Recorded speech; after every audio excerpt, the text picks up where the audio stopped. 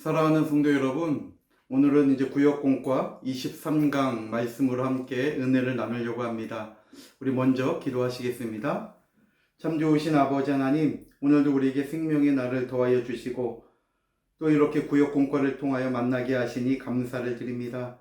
하나님 세워주신 우리 구역장님들, 우리 지구장님들 힘을 더하여 주시옵소서. 또 우리 구역 식구들을 잘 챙길 수 있는 지혜도 주시고 건강도 허락하여 주시옵소서.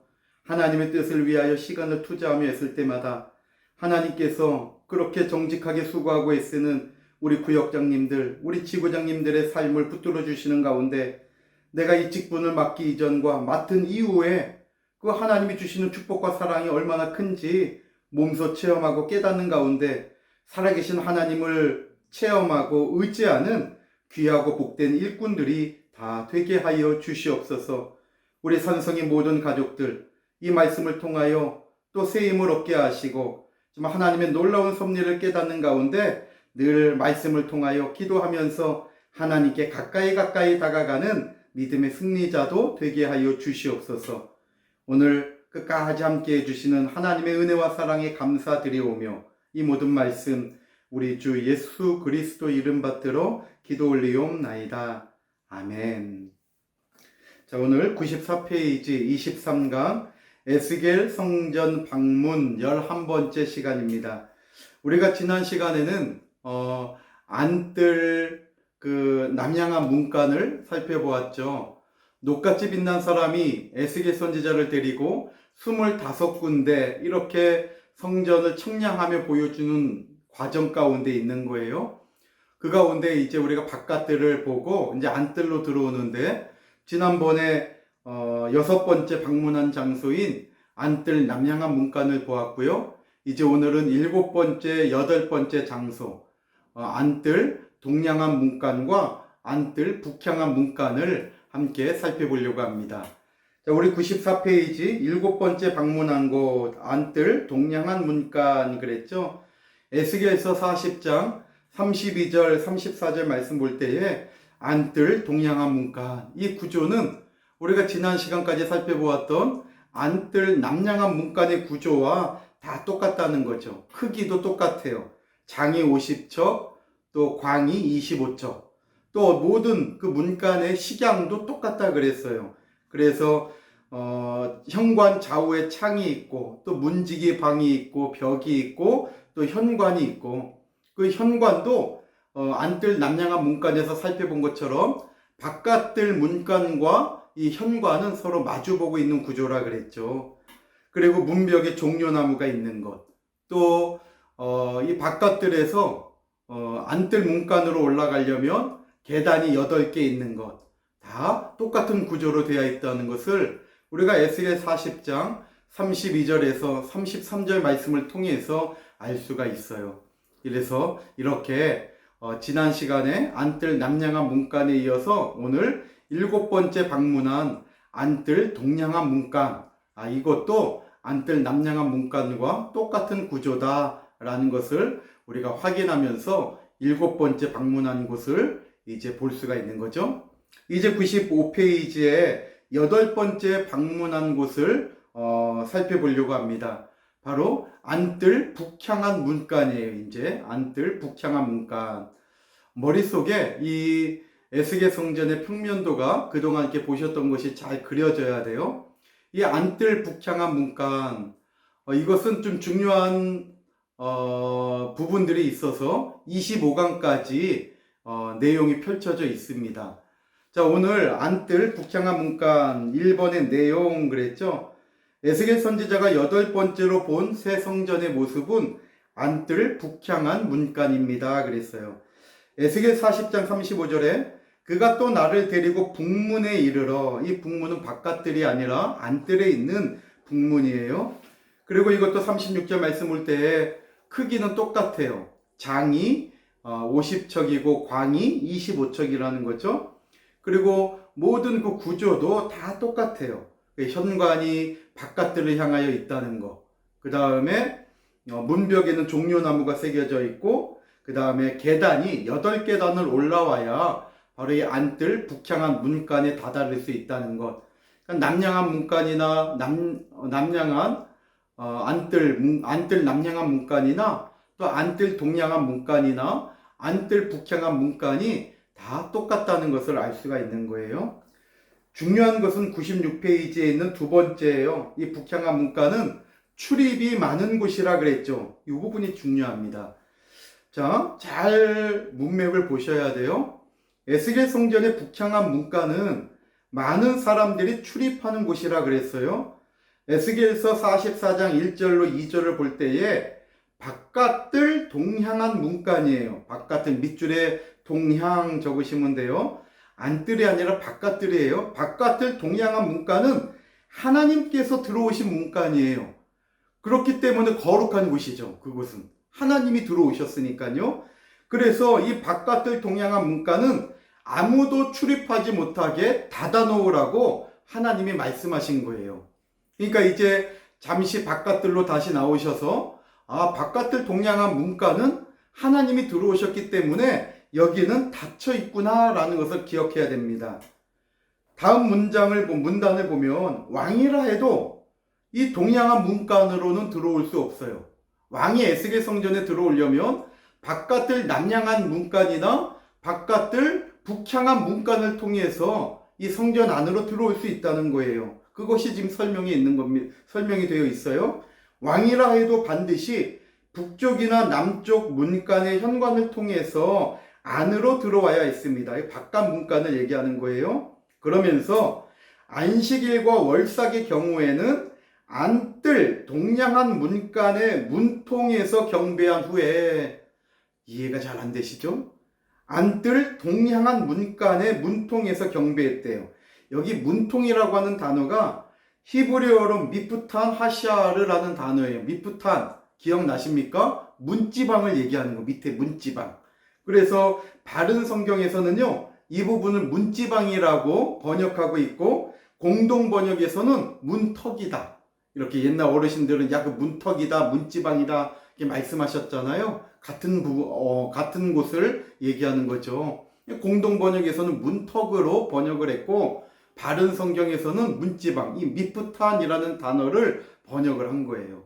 그러니까 다시 보면 안식일과 월삭의 경우에는 안뜰 동양한 문간에 그 문지방에서 경배한 후에 왔던 문으로 다시 돌아가라고 얘기하는 거예요. 그리고 그 외의 절기에는 몸을 돌리지 않고 북쪽에서 돌아온 자는 남쪽 문으로 나가고, 만약에 바깥들 남쪽 남양한 문간으로 들어온 사람들은 그대로 앞으로 뒤돌아보지 말고 앞으로만 쭉 전진하는 가운데 안뜰 동양한 문간 그 계단 그 앞에서 경배한 후에 앞으로 쭉 가서 바깥을 북향한 문으로 해서 나가라고 지금 말씀하고 있는 거예요. 에스겔서 46장 9절로 10절의 말씀이에요. 자, 이 부분은 성경을 꼭 찾아서 확인하면 우리 성도님들이 더 이해가 될 것 같아요. 꼭 성경을 찾아보셔요. 에스겔 46장 1절로 3절 말씀을 저하고 같이 한번 읽으면서 그림을 머릿속에 한번 그려볼게요. 에스겔 46장 1절에 나주 여호와가 말하노라, 안뜰 동양한 문을 일하는 6일 동안에는, 지금 안뜰 동양한 문간에 대해서 얘기하는 거예요. 형광펜이 있으시면 이 안뜰 동양한 문을 색칠해 놓으세요. 눈에 딱 들어오게요. 아니면 빨간색으로 네모 박스를 쳐 놓으세요. 이 안뜰 동양한 문을 일하는 6일 동안에는 닫되, 안뜰 동양한 문을 6일 동안에는 닫으래요. 그리고 언제 여느냐? 안식일에는 열고 월삭, 매달 1일이 월삭이잖아요. 이때 열어놓으라는 거예요. 그리고 2절에 왕은 바깥문 현관을 통하여 들어와서 문벽 곁에 서고, 이 안뜰에 있는 문간들은 현관이 바깥뜰을 향하여 있잖아요. 문을 열면 현관이 먼저예요. 이 구조를 잘 기억하셔야 돼요. 앞서 우리 구역공과를 보면 우리가 바깥뜰 문간을 공부할 때에는 7계단을 올라오면 바깥뜰 문간 앞에 섰잖아요. 그러면은 문통을 지나서 복도 양옆에 문지기방들이 있었고, 또 안쪽 문통을 지나서 현관이 있었어요. 그리고 그 현관 문을 나가면 그 문지방을 통하여 현관 문을 열고 나가면 바깥들이 펼쳐졌잖아요. 그리고 바깥들에서 8곳 계단을 올라가면 안뜰 문간에 도착을 하게 되죠. 그리고 안뜰 문간을 열면 바로 여기는 현관이 있게 되는 거예요. 그래서 안뜰 문간과 바깥뜰 문간은 현관이 마주보는 구조라는 것을 앞서서 구역공과를 통하여 살펴보았어요. 만약에 지금 이것이 이해가 되지 않는다면요, 우리 성도님들 그냥 넘어가지 마시고 앞에 구역공과를 찾아서 다시 한번 유튜브 내용을 들어보셔서 반드시 확인하고 점검하고 지나가셔야지 앞으로도 이해하고 까먹지 않습니다. 지금 46장 2절에 왕은 바깥문 현관을 통하여 들어와서, 그러니까 문을 열면 현관이 안뜰 문간은 먼저 현관이 있는 거예요. 그 현관을 통하여 들어와서 문벽, 안뜰 동양한 문간의 그 문벽 곁에 서라고 얘기하는 거죠. 그리고 제사장은 그를 위하여 번제와 감사제를 드릴 것이요, 왕은 문통에서 경배한 후에, 여기 문통은 미프탄이라고 하는 아까 말씀드린 대로 문지방을 얘기하는 거예요. 안뜰 그 마지막에 있는 문지방, 안뜰 안뜰에 나가기 바로 직전에 안뜰 문간에 있는 마지막 그 문지방, 거기에 서서 경배한 후에 다시 바깥으로 나가고, 그 문은 저녁까지, 이 안뜰 동양한 문간의 문은 저녁까지 닫지 말라는 거예요. 월삭과 안식일에 말씀하고 있는 거죠. 그러면서 3절에 이 땅 백성도 안식일과 월삭에 이 문통에서 나 여호와 앞에 경배할 것이며, 여기 문통은 2절의 문통과 달라요. 여기 46장 3절에 있는 문통은 2절의 문통과 달라요. 여기 3절에 있는 문통은 페타흐 하샤르라는 단어로서 출입구를 얘기해요. 출입구. 그러니까 여기 지금 백성들이 경배하는 문통은 바깥들 그 계단 위에 올라오면 그 들어가는 출입구 문통을 얘기하는 거예요.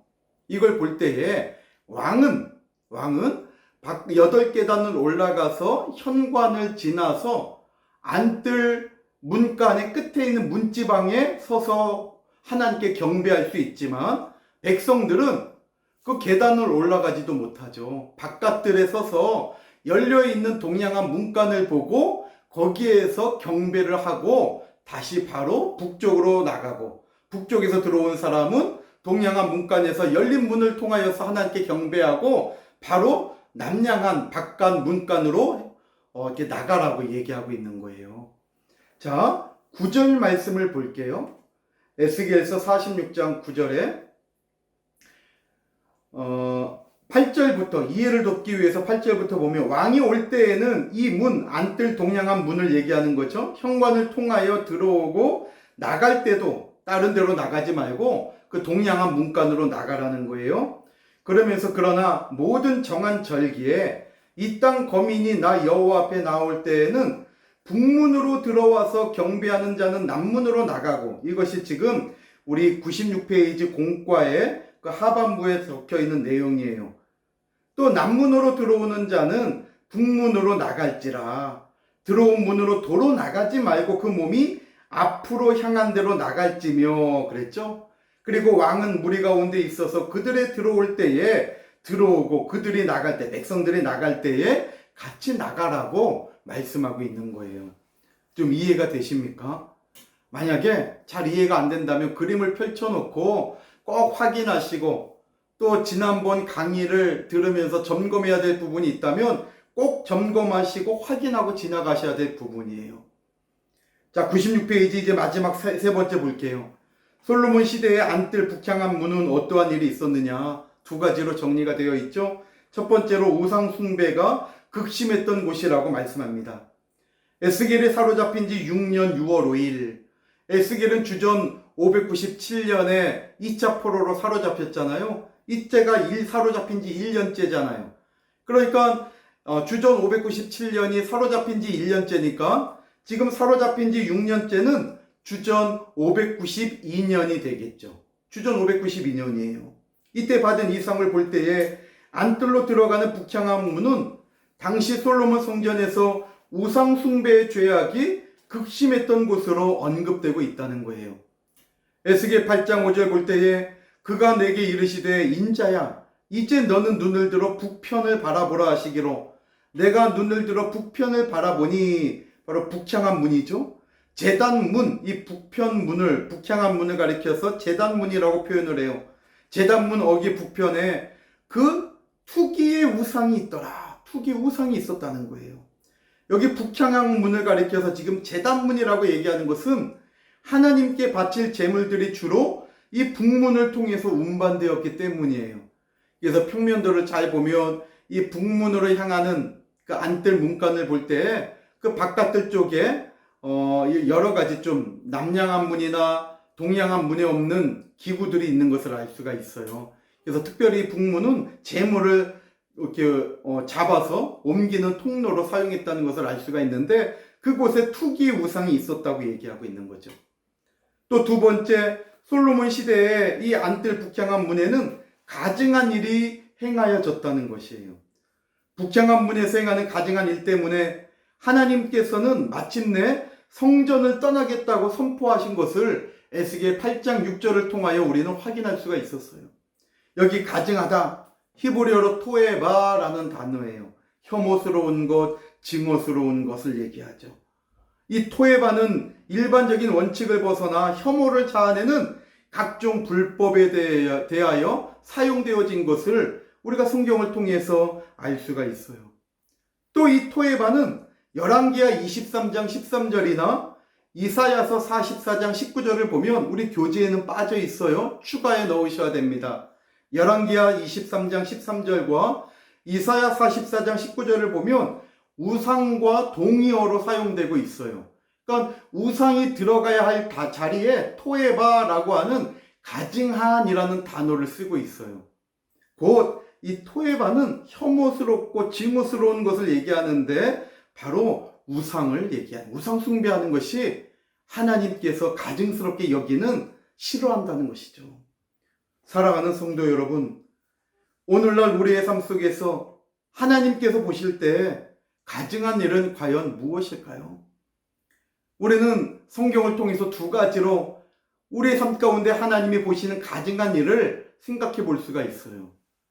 첫 번째는 잠언서 15장 8절로 9절 말씀 보면 악인의 제사가 가증하다고 말씀하고 있어요. 또 두 번째로는 이사야서 1장 11절로 15절 말씀 보면 외식적인 예배, 우리가 하나님께 예배를 드릴 때 외식적인 이 예배가 가증하다고 성경은 말씀하고 있어요. 사랑하는 성도 여러분, 우리에게 이러한 모습이 있으면 안 된다는 것이죠. 우리는 아벨과 같은 히브리서 11장 4절에 말씀하는 바와 같이 의로운 제사를 드리는 사람이 되어야 돼요.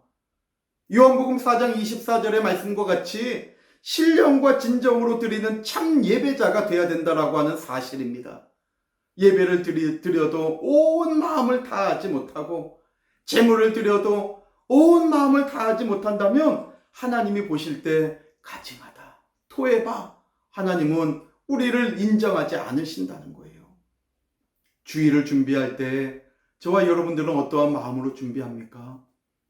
정말 10의 1조를 드리고 감사헌금을 드리고 또 교회를 사랑하는 마음으로 건축헌금을 드리고 선교헌금을 드리고 구속에 대한 예물을 우리가 하나님 앞에 드릴 때 정말 거기에 온 마음과 정성을 드리고 소원을 드리면서 과부가 드린 그 두 렙돈처럼 정말 나의 모든 것을 온 힘을 다하여 드리고 있습니까? 내가 예배 드리는 것이 정말 외식적이고 형식적이지는 않습니까? 오늘 하나님은 정말 신령과 진정으로 드리는, 또 아벨과 같이 정말 온 마음으로 정성을 다하여 드리는 그러한 예배를 원하고 있다는 거예요. 우리의 삶을 점검하면서 오늘의 공과를 통해서 내 자신을 점검하고 내가 하나님 앞에 어떻게 서 있는지 정말 회개할 것은 회개하면서 다시 한번 말씀으로 묵상하는 가운데 하나님 앞에 가증한 삶이 아니라 야 잘했다 칭찬받는, 하나님께 인정받는 믿음의 삶을 살아가는 저와 여러분들이 다 되시기를 주님의 이름으로 축원합니다. 아멘. 기도하시겠습니다. 사랑의 아버지 하나님 감사합니다. 오늘 이 말씀을 깨닫기를 원합니다. 하나님, 정말 성령으로 조명하여 주시는 가운데 하나님의 말씀을 밝히 알아 정말 살아계신 하나님을 전하지 않고는 견딜 수 없는 저희들의 삶이 되게 하여 주시옵소서. 이 시간도 붙들어 주시고 함께 하신 은혜에 감사드리오며 이 모든 말씀 우리 주 예수 그리스도 이름 받들어 기도 올리옵나이다. 아멘.